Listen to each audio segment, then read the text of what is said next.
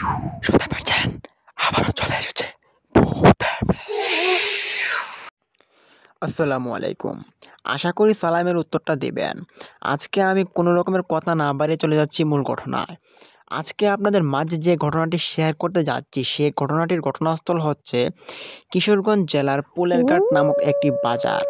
ওই বাজারকে কেন্দ্র করে একটি লোক, তার নাম হচ্ছে মাহবুব। সেই মাহবুব মিয়ার ছেলের সাথে এমন একটি ভয়ঙ্কর ঘটনা ঘটে যায়, যেটি শোনার পর আপনাদের গায়ের লোম দাঁড়িয়ে পড়তে পারে। তো প্রিয় লিসেনার্স, কিশোরগঞ্জ জেলার পোলেরঘাট বাজারের মাহবুব ভাই, তিনি বড়ই ব্যবসা করে তিনি তার সংসার চালিয়ে থাকেন। তো তিনি বোরপুল কিশোরগঞ্জের মধ্যে তিনি আসেন এবং বাস দিয়ে তিনি বড়ই ব্যবসা করেন। তো এভাবে কিন্তু তার সংসারটা খুব ভালোই চলছিল। তো তিনি আমার কাছে তার ঘটনাটি আমার কাছে শেয়ার করে। তো আমি ভাবলাম যে আপনাদের মাঝে এই ঘটনাটি শেয়ার করে দেই। মাহবুব ভাইয়ের ৩ জন ছেলে আছে এবং একটা ছেলের বয়স হচ্ছে ১২, একটার ৭ এবং আরেকটার ৩ বছর। তো ওই ছেলেগুলোকে নিয়ে মাহবুব ভাইয়ের সংসারটা ভালোই চলছিল। কিন্তু এখানে একটা সমস্যার বিষয় আছে। সমস্যাটা হচ্ছে মাহবুব ভাইয়ের যে বাড়িটা আছে, ওই বাড়ির যে পিছন দিক দিয়ে একটা বড় রকমের একটা কবরস্থান রয়েছে এবং ওই কবরস্থানটার মধ্যে অনেক মানে আত্মহত্যাকারী এবং অনেক রকমের মানুষ ওইখানে কবর দেওয়া হয়। যার কারণে কবরস্থানটা খুব ভয়ানক একটি কবরস্থান হিসেবে পরিচিত ওই পোলেরঘাট বাজারের কবরস্থানটা। তো যার কারণে ওই কবরস্থানের পাশ দিয়ে মানুষ রাত্রিবেলা হেঁটে যায় না। তার কারণ হচ্ছে ওই কবরস্থানের যে সাইড ফাইট ছিল, ওইগুলোর মধ্যে মানুষ দেখতে পেত আগে কিছু অশরীরীর মতো মানে ওইখানে বসে থাকতো এবং নানান রকমের কান্নার আওয়াজ, অদ্ভুত রকমের চিৎকার চেঁচামেচি ওইখান থেকে শোনা যেত বলে মানুষ ধারণা করে থাকে এবং অনেকের সাথে এরকম ঘটনা ঘটেও যায়। যার কারণে ওই কবরস্থানটির পাশ দিয়ে মানুষ আসা যাওয়া খুব কম করে। তো এখানে সমস্যাটার বিষয় হচ্ছে মাহবুব ভাইয়ের যে বাড়িটা, ওই বাড়িটা কবরস্থান থেকে প্রায় ৩০ ফিট দূরে। তো এতটা দূরে কিন্তু খুব একটা দূরে না। তাদের বাড়ি থেকে ওই কবরস্থানটা সরাসরি দেখা যায়। তো এরূপ অবস্থা হওয়ার কারণে মাহবুব ভাই তিনি ভাবলেন যে উনার বাড়ির সামনে একটা বড় রকমের বেড়া দিয়ে দিবেন। তখন আজ থেকে প্রায় ২ বছর আগের ঘটনা। মাহবুব ভাই তিনি বাজার থেকে অনেক টিন এবং বাঁশ কিনে নিয়ে আসেন এবং তিনি ওই যে বাড়ির সামনটাতে ওইটাতে একটা বেড়া দিয়ে দেন, যেভাবে ওই কবরস্থানটাকে বাড়ি থেকে যেন আর না দেখা যায়।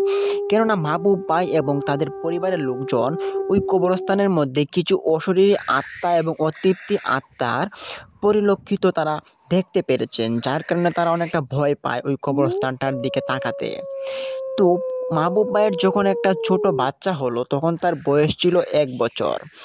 ওই ১ বছর বয়সী ছেলেটা মানে খুব মানে চাঞ্চল্য ছিল। তো সে কিন্তু এখনো কথা বলা শিখেনি। যার কারণে মাহবুব ভাই এবং মাহবুব ভাইয়ের স্ত্রীরা তাকে খুব আদর স্নেহ করে।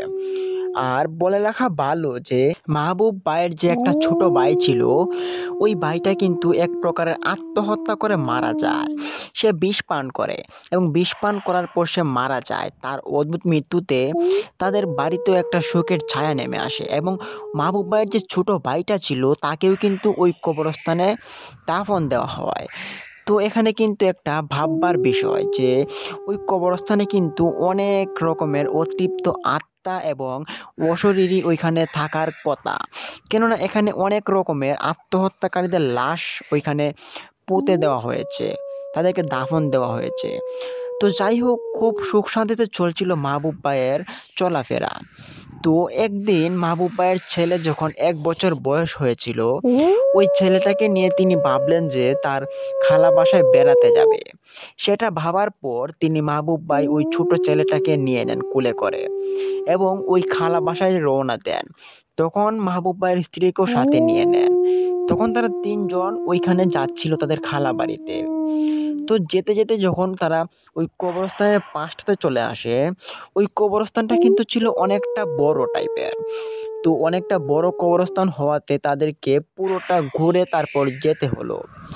তো যাওয়ার পর তারা লক্ষ্য করতে পারল যে তাদের যে ছেলে ছিল, ওই ১ বছরের ছেলেটা ওই কবরস্থানের পাশে যেতেই মানে সে কান্না শুরু করে দেয়। এতটা কান্না যেটা দেখার পর মাহবুব ভাই তাকে সান্ত্বনা দিতে পারছে না। ছোট বাচ্চা কান্না করতেই তো পারে। এটা ভাবার পর মাহবুব ভাই তার ছেলেকে তার স্ত্রীর হাতে দিয়ে দেন এবং বললেন যে তুমি তাকে সামলাও আর তাড়াতাড়ি করে হেঁটে আসো, ওই জায়গাটা এমনিতেই ভালো না। তখন মাহবুব ভাই এবং মাহবুব ভাইয়ের স্ত্রী তারা দুজন জোরে হাঁটছেন ওই কবরস্থানের পাশটা দিয়ে। তখন তারা এক পর্যায়ে ওই যে খালা বাসায় তারা চলে যায়। তো খালা বাসায় চলে যাওয়ার পর তারা দেখতে পান যে তাদের যে সাথে ছেলেটা ছিল ১ বছর বয়সী ছেলেটা, ওই ছেলেটা তাদের খালা বাসাতে গিয়েই মানে উল্টাপাল্টা বমি শুরু করে দেয়। এত ছোট একটা বাচ্চা, তাও আবার এতখানি বমি করছে, সেটা কিন্তু একটা ভাববার বিষয় ছিল। তখন মাহবুব ভাই তিনি ভাবলেন যে হয়তো ছোট বাচ্চা গড় হজম হয়েছে তার জন্য সে বমি করছে। তবে আরেকটা চিন্তার বিষয় ছিল যে তার বমির যে পরিমাণটা ছিল অনেকটা ছিল। যেহেতু যেহেতু একটা ছোট একটা বাচ্চা এতটা বমি কিন্তু সে করা উচিত ছিল না। এতটা বমি করে নিয়েছে। তো যাই হোক তার এরকম বমি দেখে একটা ডাক্তারের কাছে নিয়ে যান এবং ডাক্তার তিনি দেখলেন যে তার শরীরে খুব জ্বর এবং তার মানে অনেক রকম শরীর খারাপ।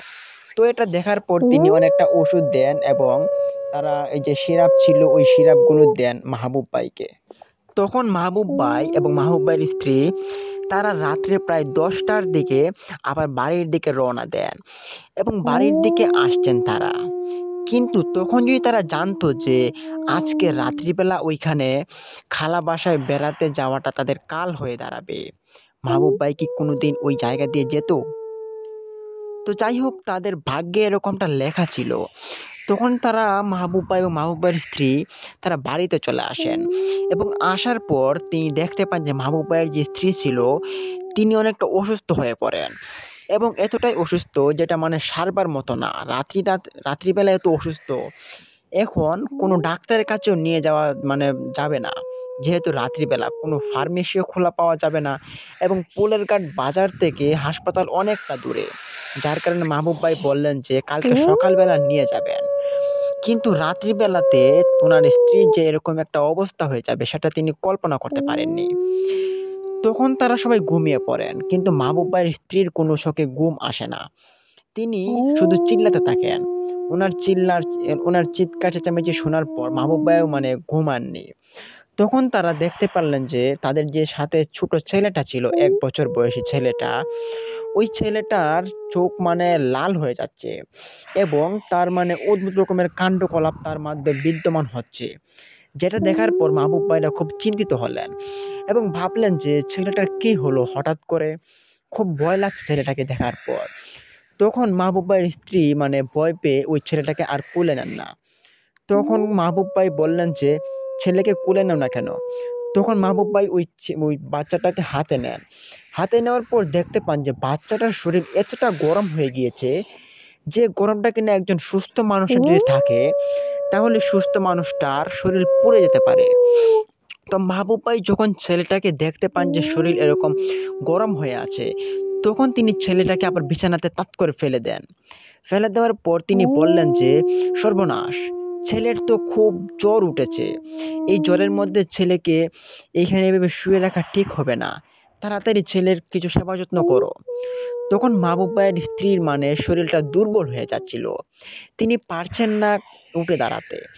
তখন মাহবুব ভাই এরকমটা দেখার পর মাহবুব ভাইয়ের ছেলে এবং স্ত্রীকে বিছানায় শুইয়ে দেন। তারপর মাহবুব ভাই উনার মাকে ডাক দিলেন। তারপর মা এসে মাহবুব ভাইয়ের স্ত্রী এবং ছেলের সেবা যত্ন করতে থাকেন। এভাবে সারাটা রাত তারা কাটিয়ে দেন। তার পরদিন সকালবেলা ওই যে বাচ্চা ছেলেটা ছিল, ওই ছেলেটা কথা বলা শুরু করে দিল বড়, বড় মানুষের মতো। তার এরকম কথাবার্তা শোনার পর মানুষ অনেকটা অবাক হয়। অবাক হয় কারণ হচ্ছে ১ বছর বয়সী একটা ছেলে মানুষের মতো, বড় মানুষের মতো কথা বলতে পারবে। সেটা কিন্তু একটা রহস্যময় একটা বিষয়। তখন এরকমটা দেখার পর মাহবুব ভাইয়ের মা বললেন যে, "তোর ছেলেকে হয়তো কোনো রকমের পিশাচ বা জিন হয়তো বর করেছে। তাড়াতাড়ি আজকের ভিতরে একটা কবিরাজ নিয়ে আসবি বললাম। না হলে তোর ছেলের আর রক্ষে থাকবে না।" তখন মাহবুব ভাই ওনার মায়ের এরকম কথাবার্তা শোনার পর তিনি একটা বৈদ্যর কাছে গেলেন, কবিরাজের কাছে। যাওয়ার পর তিনি বললেন যে, "কবিরাজ মশাই, আমার ছেলে এবং আমার বউয়ের অনেকটা শরীর খারাপ হয়ে গিয়েছে এবং আমার ছেলের সাথে যা ঘটছে সেটা জিনদের লক্ষণ। হয়তো তাকে জিনে ভর করেছে। তো ছোট্ট একটা বাচ্চা তাকে যদি এরকম জিনে ভর করে তাহলে তো অনেকটা খারাপ দেখায় বলুন। তখন কবিরাজ মশাই ওনার কাছ থেকে সবকিছু কথাবার্তা জানার পর তিনি মাহবুব ভাইয়ের সাথে রওনা দিলেন মাহবুব ভাইয়ের বাড়িতে। সেদিন দিনটি ছিল প্রায় শনিবারের মতো। ওই শনিবার যখন বিকেলবেলা মাহবুব ভাই কবিরাজ নিয়ে বাড়িতে আসেন। আসার পর কবিরাজ মশাই বললেন যে সর্বনাশ হয়ে গিয়েছে। তোমাদের বাড়িতে কোনো খারাপ একটা আত্মার আবির্ভাব ঘটেছে। যেই আত্মাটা তোমাদের বাড়ির কেউ হতে পারে। তখন মাহবুব ভাই বললেন যে এ কি বলছেন আপনি? আত্মা আবার কি করে হতে যাবে আমাদের বাড়িতে? তখন ওই যে কবিরাজ মশাই তিনি আস্তে আস্তে করে তাদের বাড়ির দিকে এগোয় এবং এগোনোর পর মাহবুব ভাইকে বললেন যে এই ছেলে এদিকে আসো, আমার আমার মুখের কাছে আসো। তখন মাহবুব ভাইয়ের কানের কাছে গিয়ে কবিরাজটি বললেন যে তোমাদের বাড়িতে কি কেউ কোনোদিন আত্মহত্যা করে মারা গিয়েছে? তখন ওই মাহবুব ভাই বললেন যে হ্যাঁ, আমার যে ছোট ভাই ছিল সে বিষ পান করে মারা গিয়েছে। এখন এই কথা আপনি কেন জানতে চাইছেন? তখন কবিরাজটি বললেন যে এটাই তো হচ্ছে মূল কারণ। তোমার যে ভাই ছিল ওই ভাইয়ের আত্মাটা তোমাদের বাড়িতে কিন্তু এখনো ঘুরে বেড়ায়। তোমরা সাবধানে থেকো। আর তোমার ছেলের কিন্তু খুব খারাপ কিছু ঘটতে চলেছে। তাড়াতাড়ি তোমার ছেলের কাছে আমাকে নিয়ে চলো, তাড়াতাড়ি। তখন কবিরাজের কথা শুনে কবিরাজ মশাইকে তার ছেলের কাছে এবং তার স্ত্রীর কাছে নিয়ে গেলেন।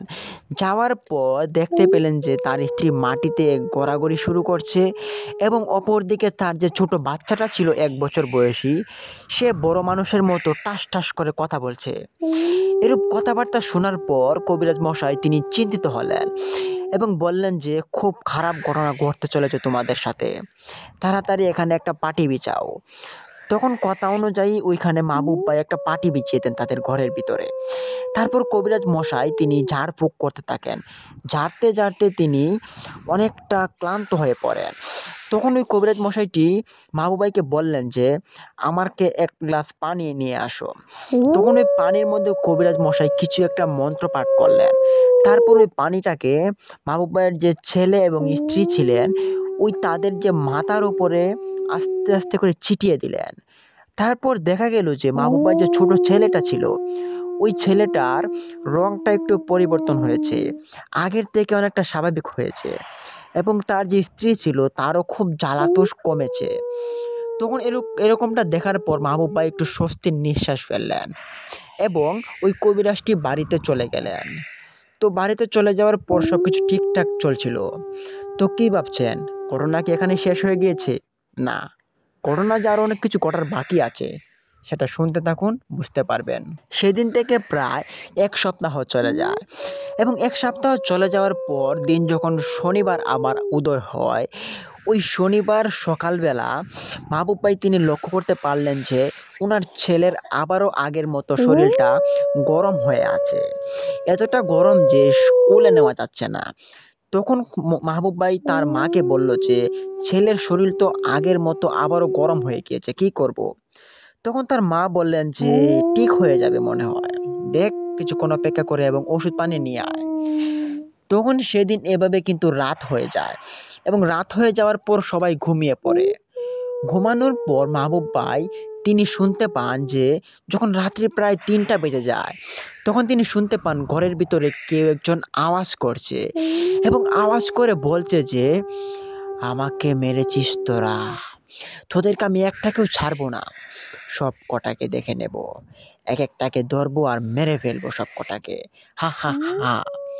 এরূপ ভাবে কথা বলার পর অট্টহাসি দিয়ে মানে থেমে গেল। তার থামার দেখে মাহবুব ভাই বিছানা থেকে লাফ দিয়ে উঠে পড়েন এবং তাড়াতাড়ি করে লাইটটা অন করে ফেলেন। তখন লাইট অন করার পর তিনি ঘরের ভিতরে কিছুই আর দেখতে পান না। তখন তিনি তার স্ত্রীকে ডাক দেন এবং ডাক দেওয়ার পর বললেন যে দেখো তো, ঘরের ভিতরে কেউ হয়তো এসেছিল, আমার খুব ভয় লাগছে।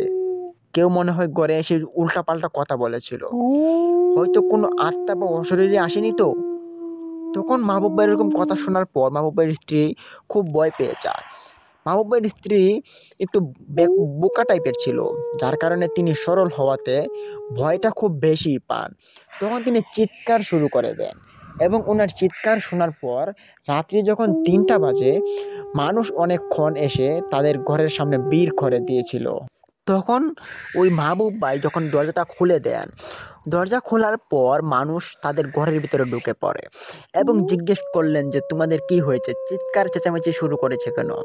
তখন মাহবুব ভাই বললেন যে আজকে যখন ঘুমালাম, রাত প্রায় 3টার দিকে একটু আগেই আমি শুনতে পাই কেউ একজন আওয়াজ করে বলছিল আমাদের কাউকে ছাড়বে না, সবকটাকে দেখে নিবে, এরকম কঠিন হুঁশিয়ারি দিয়ে চলে গেল।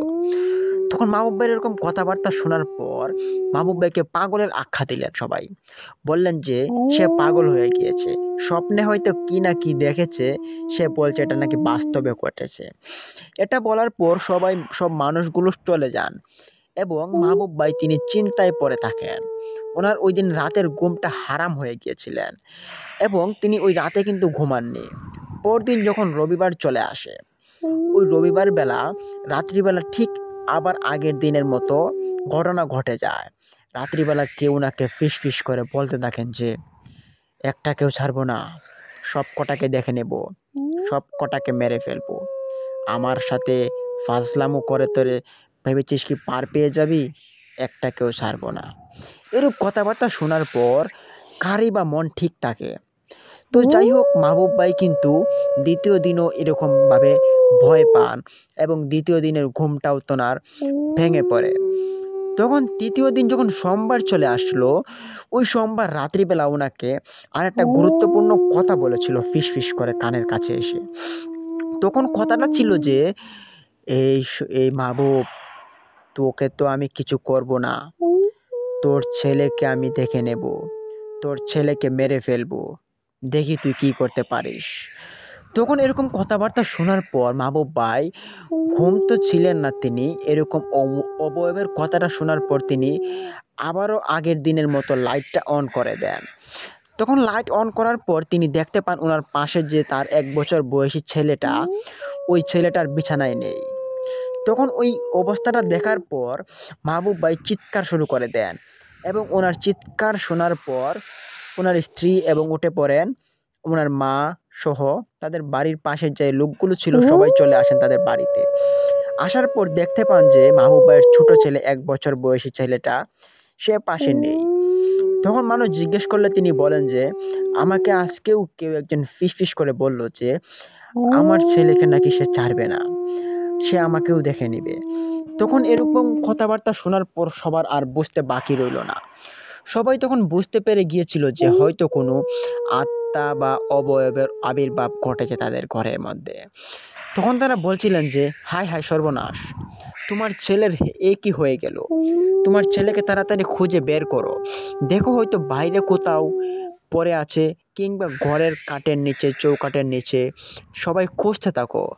তখন অনেক মানুষ সেখানে জড়ো হয় এবং খুঁজতে থাকে মাহবুব ভাইয়ের ছোট ছেলেটাকে, কিন্তু ওই ছেলেটাকে আর পাওয়া যাচ্ছে না।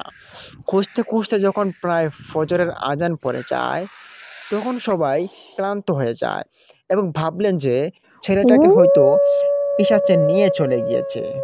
এরকম আরো নানান রকমের সন্দেহ করার পর সবাই আর কোনো রকমের পথ না পেয়ে কান্না শুরু করে দেন, এবং তাদের কান্নাটা ছিল খুব গভীর কান্না, কেননা তাদের সাথে ঘটে যাচ্ছে অনেক দিন যাবৎ খুব খারাপ ঘটনা। এর মধ্যে এই 1 বছরের ছোট একটা বাচ্চা, ফুটফুটে একটা বাচ্চাকে এইভাবে হারাতে হবে, সেটা তারা কোনোদিন কল্পনা করেনি। তো যাই হোক, ফজরের আজানের পর যখন মুসল্লিরা নামাজ পড়ে বাড়ির দিকে রওনা দেন, তখন তাদের মধ্যে 2 জন মুসল্লি তাদের বাড়ির দিকে, বাড়ি ছিল, তারা আসছিলেন। তখন তারা দেখতে পান যে ওই যে পুকুরটা ছিল রাস্তার পাশে, ওই পুকুরের মধ্যে কিছু একটা ভেসে আছে। তখন এই ভাসা জিনিসটাকে দেখার পর তারা ভাবলেন যে কিরে, এখানে দেখতো কিছু একটা ভেসে আছে। তো ফজরের পর বেশি একটা আলোকিত না হওয়াতে তারা, মানে তাদের চোখে এখনো ধরা পড়ছে না। তখন তারা ভাবলেন যে দেখতো ভাই, এটা কি হতে পারে? তখন তারা দেখতে পান যে কিছু একটা বাচ্চাদের মতো, তো বাচ্চা মনে হচ্ছে না। তখন ওই 2 জন, মানে তারা ছিলেন একদিন একটু ইয়ং বয়সের ছিলেন। তাদের বয়স ছিল প্রায় 25 থেকে 27। তো ওই ২ জন মিলে ওই যে বাচ্চাটাকে একটা লাঠি নেন এবং লাঠি দিয়ে মানে সাইডে আনার চেষ্টা করেন। তো যখন লাঠি দিয়ে একটা খোঁচা দেওয়া হয়েছিল তার শরীরের উপরে, তখন ওই বাচ্চাটার উপর থেকে কিরম একটা ধোঁয়া বের হলো, সাদা ধোঁয়া। এই ধোঁয়াটা দেখার পর তারা দুজন একটু ভয় পেল এবং ভয় পাওয়ার পর তারা ভাবলেন যে হয়তো এখানে কোনো রহস্য রয়েছে। আর যখন দ্বিতীয় খোঁচাটা দেন তারা, তখন তারা দেখতে পান যে ওটা একটা মানুষের বাচ্চা। এটা দেখার পর তারা দুজন একটু পিছন দিকে হুঁচকে পড়ে যান এবং পড়ে যাওয়ার পর একে আরেকজনের হাতে ধরে ফেলে এবং বলতে থাকেন যে ভাই চল, এখান থেকে চলে যাই। এখানে থাকলে এখন অনেক বড় বিপদ হতে পারে আমাদের। এমনিতেই ফজরের নামাজ পড়ে এসেছি। শুনেছি নাকি ফজরের নামাজের পর কিছু জিন ভূতের আবির্ভাব ঘটে। হতে পারে এটা সেই।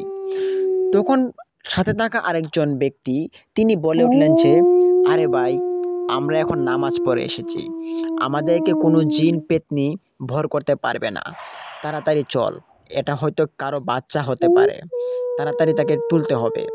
তখন দ্বিতীয় লোকটির এরকম কথাবার্তা শোনার পর তারা দুজন মিলে একটু সাহস জমিয়ে ওই যে ছোট বাচ্চাটা পড়েছিল পানিতে, ওই পানির থেকে তাকে সাইডে নিয়ে আসে এবং নিয়ে আসার পর যখন বাচ্চাটাকে তারা কুলে নেন, তো তখন দেখতে পান যে হালকা যখন আলো আসছিল আকাশের, মানে সকালের একটা ভাব আসছিল। ওই সকালের আলোটাতে তারা ফুটফুটে দেখতে পান যে একটা ছোট একটা বাচ্চার মুখ। তো ওই বাচ্চাটাকে তারা চিনতে পারেন। তারা ভাবেন যে কি দেখতো ভাই, এটা এটা মাহবুব ভাইয়ের বাচ্চা না? তার তো বয়স মাত্র প্রায় ১ বছর হয়ে গিয়েছে। তো সে এখানে মরে আছে। মাহবুব ভাইরা কোথায়?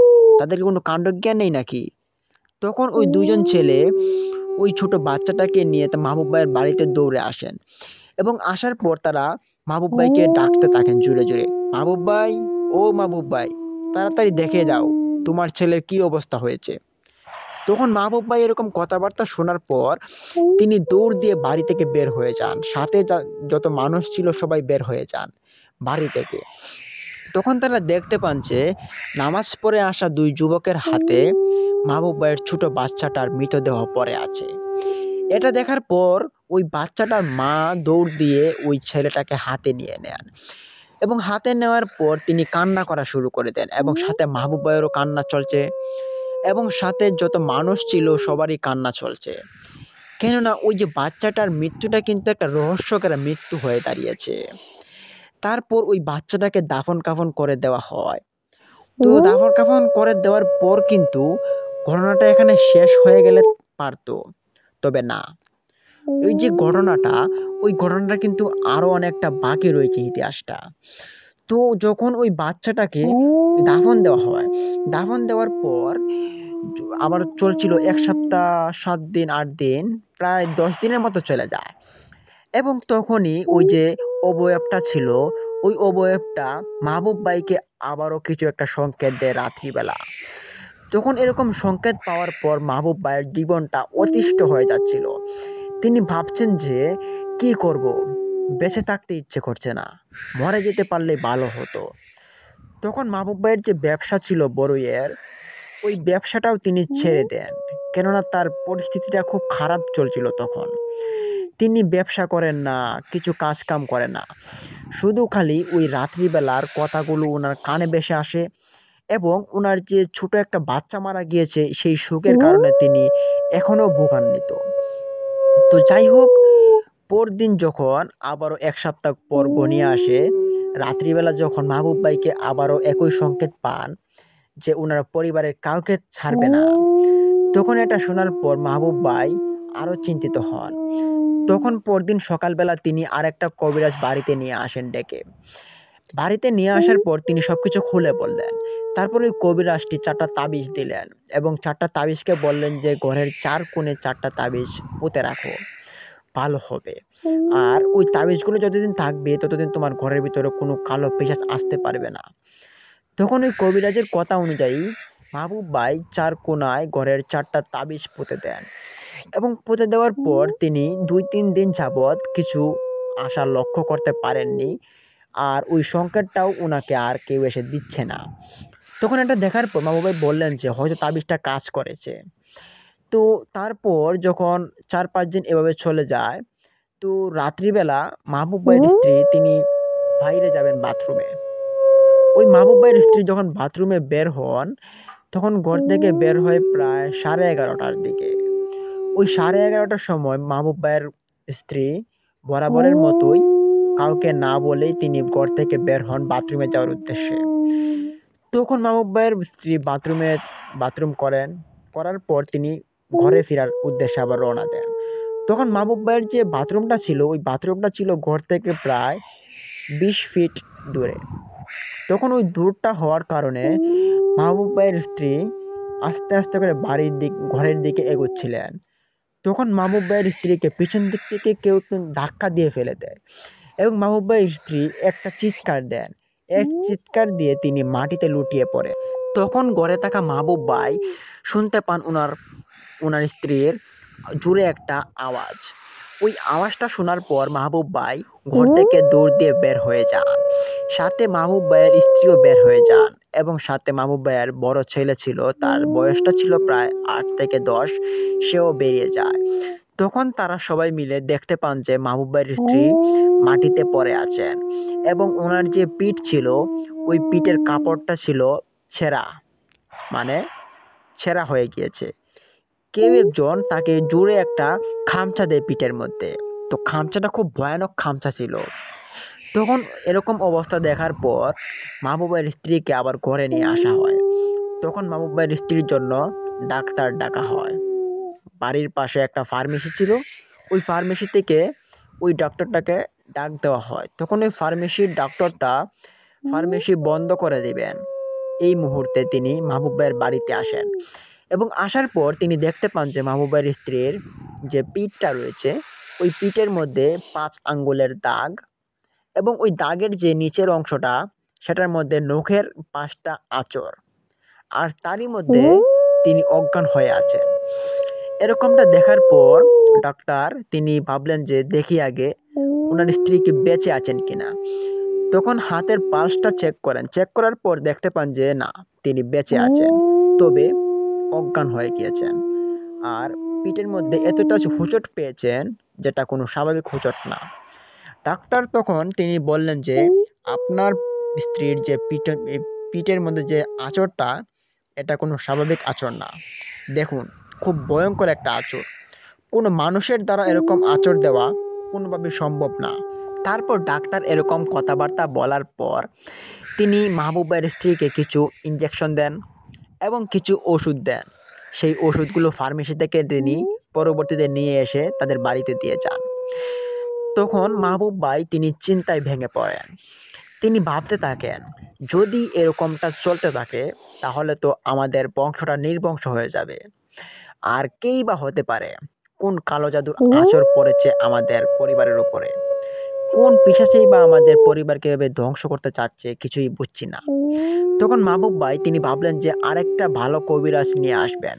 তখন তিনি কিশোরগঞ্জের যে ভৈরব রয়েছে, ভৈরব জায়গাটা, ওই ভৈরব তিনি যান। যাওয়ার পর ওইখানে একটা ভালো কবিরাজের সন্ধান পান। ওই কবিরাজকে তিনি নিজ টাকায় ভাড়া দিয়ে বাড়িতে নিয়ে আসেন এবং আসার পর তিনি বললেন যে আমাদের পরিবারে এরকম এরকম ঘটনা ঘটে যায়। তখন মাহবুব ভাইয়ের স্ত্রী ছিল অসুস্থ। প্রায় পরদিন মাহবুব ভাইয়ের স্ত্রীর যে অ্যাক্সিডেন্টটা হয়েছিল, এর পরদিন তিনি কবিরাজ নিয়ে আসেন। তখন ওই কবিরাজ শোনার পর তিনি 2-3টা এই যে তাবিজ দেন।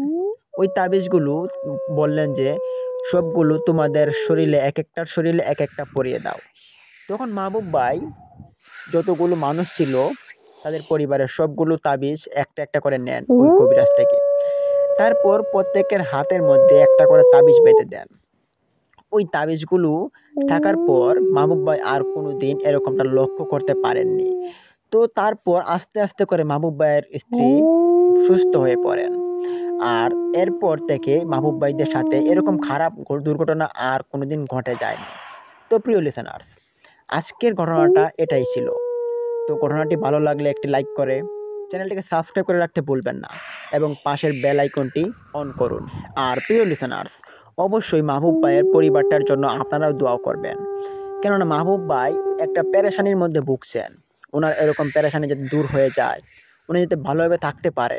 আপনারা সবাই দোয়া করবেন। তো আজকের মতো আমি আপনাদের কাছ থেকে এই মুহূর্তে বিদায় নিচ্ছি। সবাই ভালো থাকবেন। আর একটা কথা আপনাদেরকে বলতে চাই, আমাদের এই চ্যানেলটি অত্যন্ত নতুন। তো প্রতিদিনই কিন্তু আমি আপনাদের মাঝে সত্য নির্ভর ঘটনাগুলো আপনাদের মাঝে উপস্থাপন করব এবং মানুষের কাছ থেকে আমি কালেক্ট করে আপনাদের মাঝে উপস্থাপন করার চেষ্টা করব সত্য নির্ভর ঘটনা। তাই আমাদের চ্যানেলটিকে সাবস্ক্রাইব করুন এবং পাশে থাকা বেল আইকনটি অন করুন। তো দেখা হচ্ছে কালকে কোনো এক নতুন এপিসোড নিয়ে। ততক্ষণ সবাই ভালো থাকুন, সুস্থ থাকুন। আসসালামু আলাইকুম।